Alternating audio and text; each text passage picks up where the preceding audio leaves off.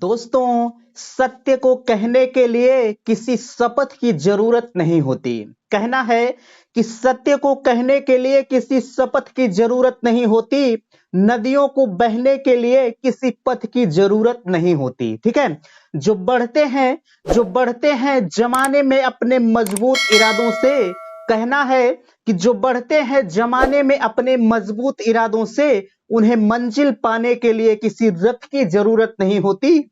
उन्हें मंजिल पाने के लिए किसी रथ की जरूरत नहीं होती।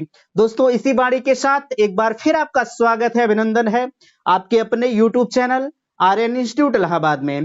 दोस्तों, जैसा कि आज हम एक बार फिर उपस्थित हैं आपके सामने Uttar Pradesh DElEd first semester batch 2021। देखिए, मैं लगातार इन्हीं को टारगेट कर रहा हूं। बैच 2021 को लेकर मैं अनवरत आगे की तरफ बढ़ रहा हूं और मेरे साथ आप जुड़े हैं। कहीं ना कहीं अगर देखा जाए तो एक बेहतरीन प्लेटफॉर्म पर आप जुड़े हुए हैं। ठीक है। देखिए, मैंने सबसे ऊपर लिखा है कि अगर आपका सपना है भविष्य में शिक्षक बनना, तो आज का यह वीडियो आपके लिए आपकी लाइफ बदलने वाला वीडियो है, अगर देखा जाए तो। ठीक है। देखिए, विभिन्न तरह के लोग जुड़े हुए हैं। सबके सोचने का अंदाज थोड़ा सा अलग होता है। आप किस दिशा में सोचते हैं, क्या सोचते हैं, यह आपके ऊपर डिपेंड करता है।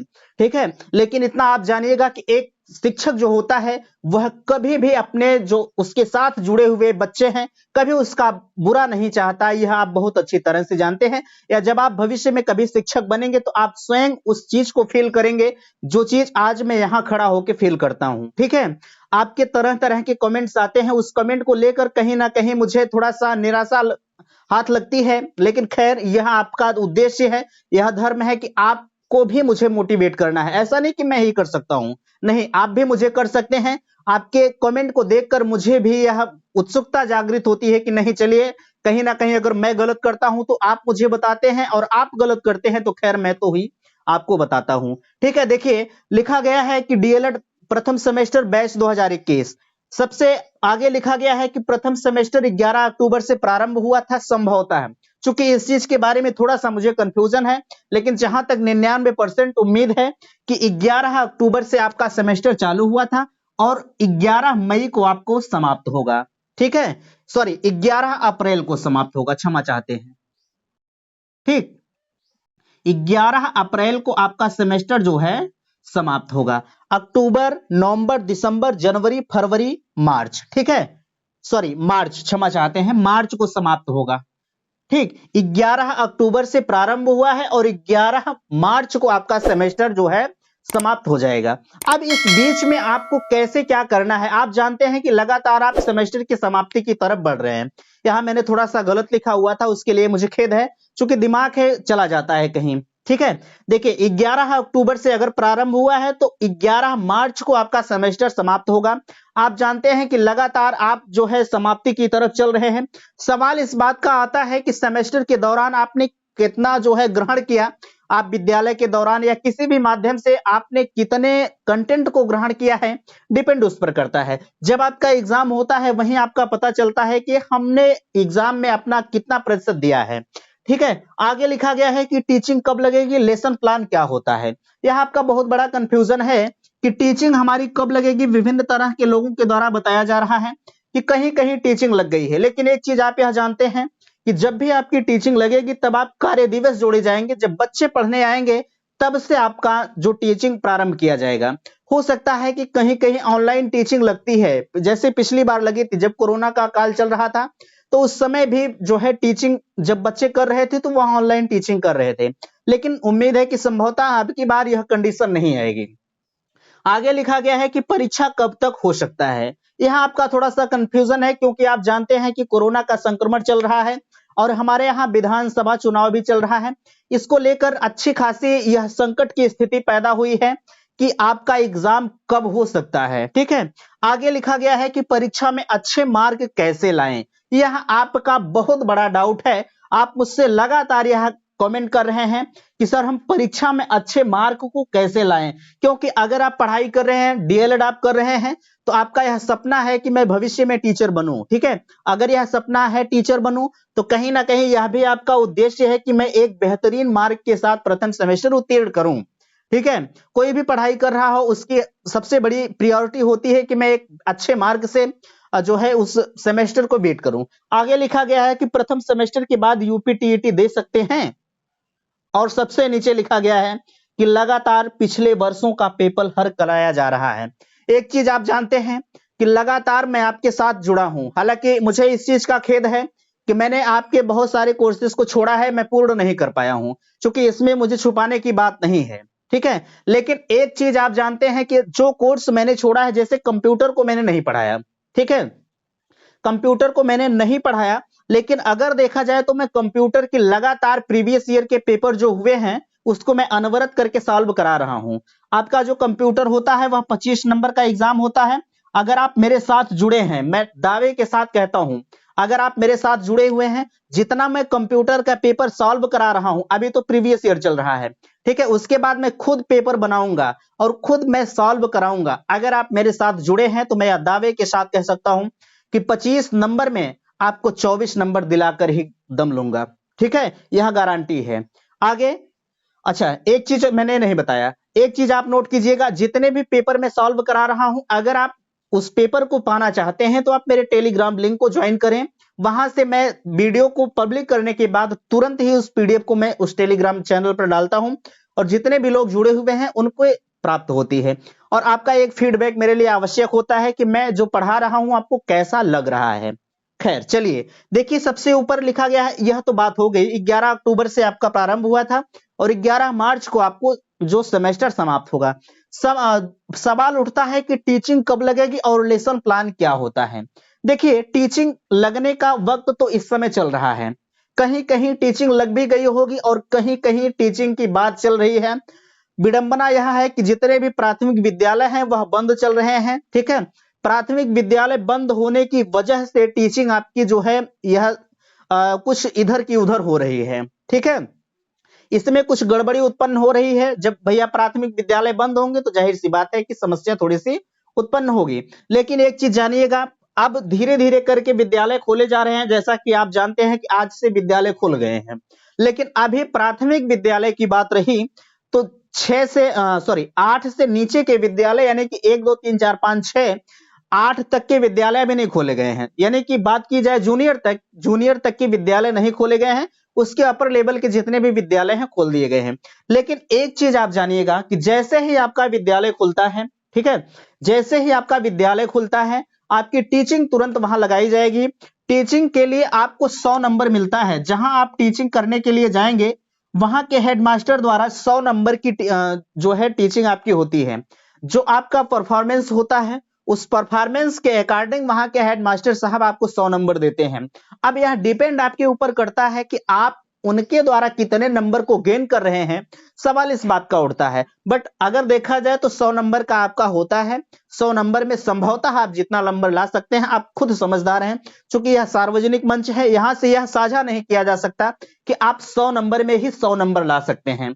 मैं इसलिए यह बात नहीं कह सकता कि कुछ लोग होते हैं 100 नंबर में बहुत कम नंबर लेके आते हैं और कुछ लोग होते हैं 100 में तो मार देते हैं पूरे, ठीक है। लेकिन यह आपके ऊपर निर्भर है कि आप कितना लाते हैं। 100 नंबर में आपको 100 हेडमास्टर द्वारा प्राप्त करना है। सवाल आता है कि लेसन प्लान क्या होता है। देखिए, लेसन प्लान आपका जो होता है, आप लेसन प्लान के अकॉर्डिंग जब टीचिंग करने जाते हैं प्राथमिक विद्यालय में, तब आप लेसन प्लान के अकॉर्डिंग ही उन बच्चों को पढ़ाते हैं। आप पहले लेसन प्लान बनाएंगे, ठीक है, पहले लेसन प्लान बनाएंगे, बट ऐसा कोई करता नहीं है। जो आपको लेसन प्लान बनाना होता है, यह जान लीजिए, क्योंकि लेसन प्लान पर ही आपका 100 नंबर निर्भर होता है।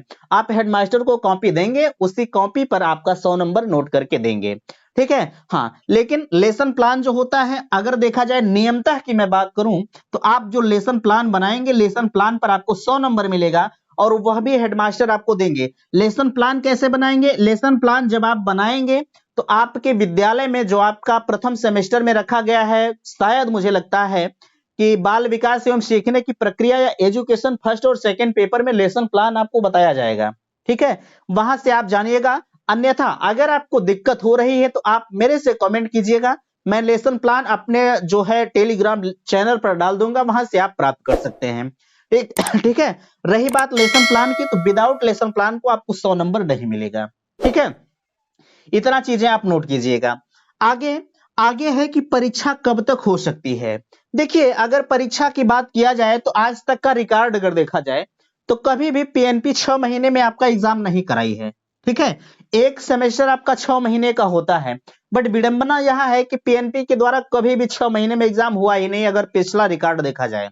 ठीक है, मार्च में अगर आपका जो सेमेस्टर है वह समाप्त हो जा रहा है, तो आप यह जान लीजिए कि अप्रैल महीना लगते लगते, ठीक है, अप्रैल महीने में संभवतः अप्रैल महीने के लास्ट तक आपका एग्जाम होके रहेगा।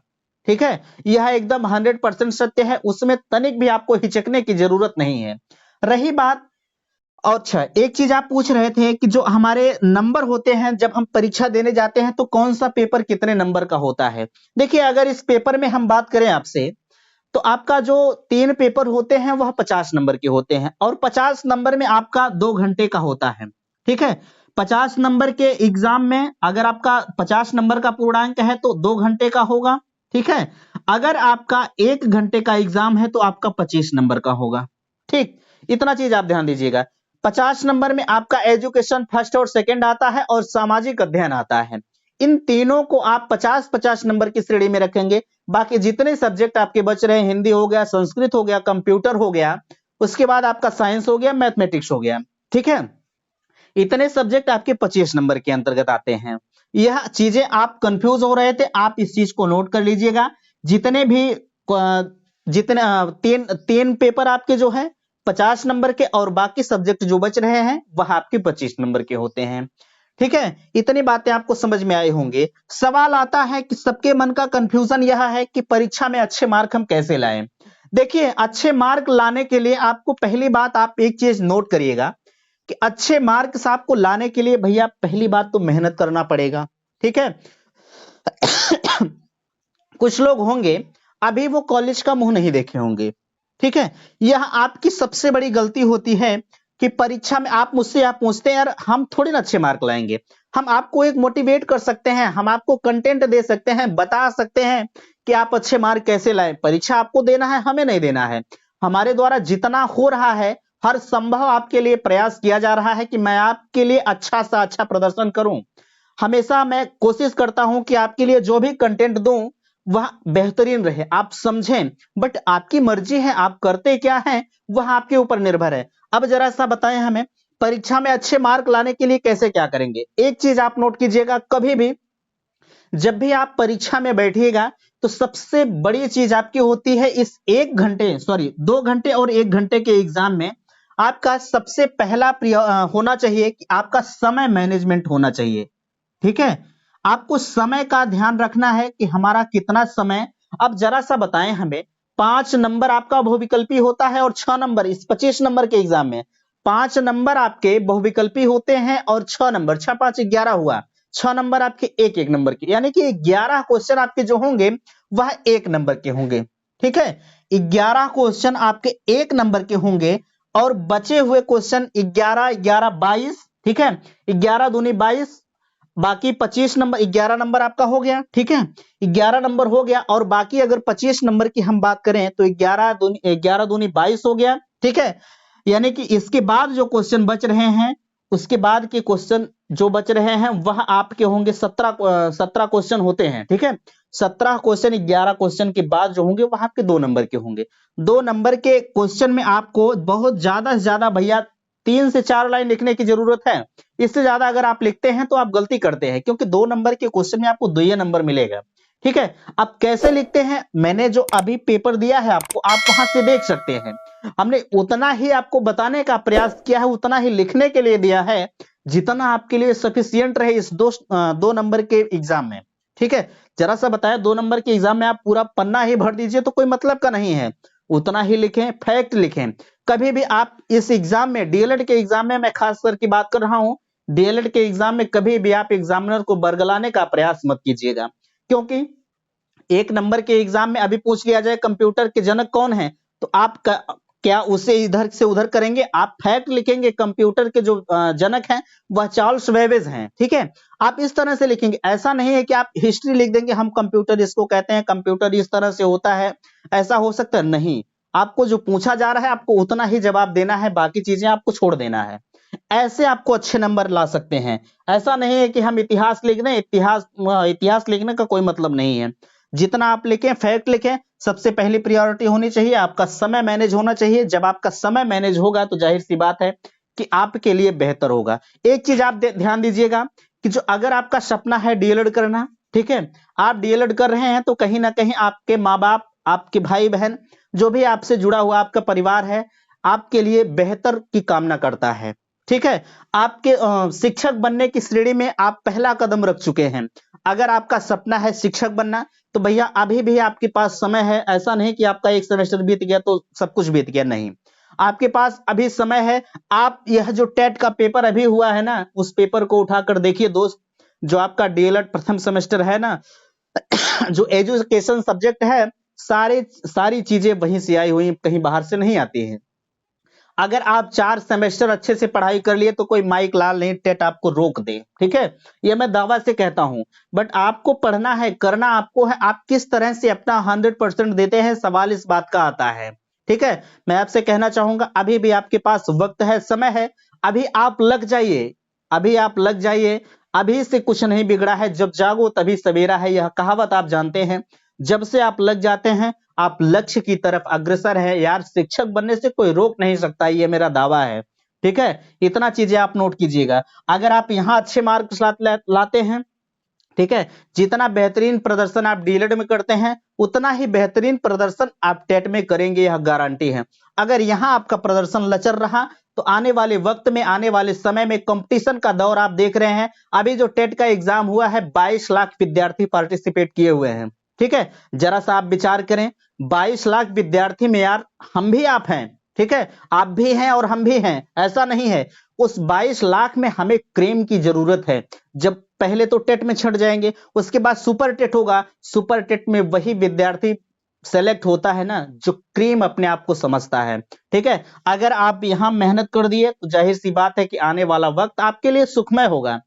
ठीक है, ज्यादा बातें न करते हुए आगे हम बात करते हैं। आपका यह भी कमेंट आ रहा था कि प्रथम सेमेस्टर के बाद यूपी टीईटी दे सकते हैं कि नहीं। देखिए, यह बिल्कुल आपका कंफ्यूजन था। प्रथम सेमेस्टर अगर आपका बीत गया है तो भैया आप यूपी टेट देने की श्रेणी में बिल्कुल आते हैं। ठीक है, प्रथम सेमेस्टर के बाद यूपी टेट आप दे सकते हैं, लेकिन सवाल इस बात का है कि यह यूपी टेट क्या हमारा मान्य होगा कि नहीं होगा। तो अगर देखा जाए तो आप प्रथम सेमेस्टर के बाद अगर यूपी टेट देते हैं तो आपका यह यूपी टेट मान्य नहीं होगा। लेकिन इतना ज्ञान आपको जरूर होगा कि यह हमारा एग्जाम किस लेवल का होता है।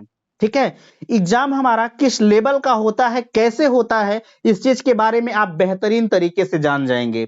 ठीक है, तो ऐसा मत कीजिएगा। आप जब प्रथम सेमेस्टर क्रॉस कीजिएगा तो अपने आप को आप देखिएगा कि मैं कितने पानी में हूं और कितना बाहर हूं। ठीक है, अगर आप प्रथम सेमेस्टर से यूपी टेट देते हैं, सेकंड सेमेस्टर बाद आपका यूपी टेट मान्य होता है। ठीक है, अगर आप प्रथम सेमेस्टर में यूपी टेट देते हैं तो ठीक है, अन्यथा की स्थिति में आप सेकंड सेमेस्टर से यूपी टेट दे सकते हैं, यह पूरी तरह से वैलिड है।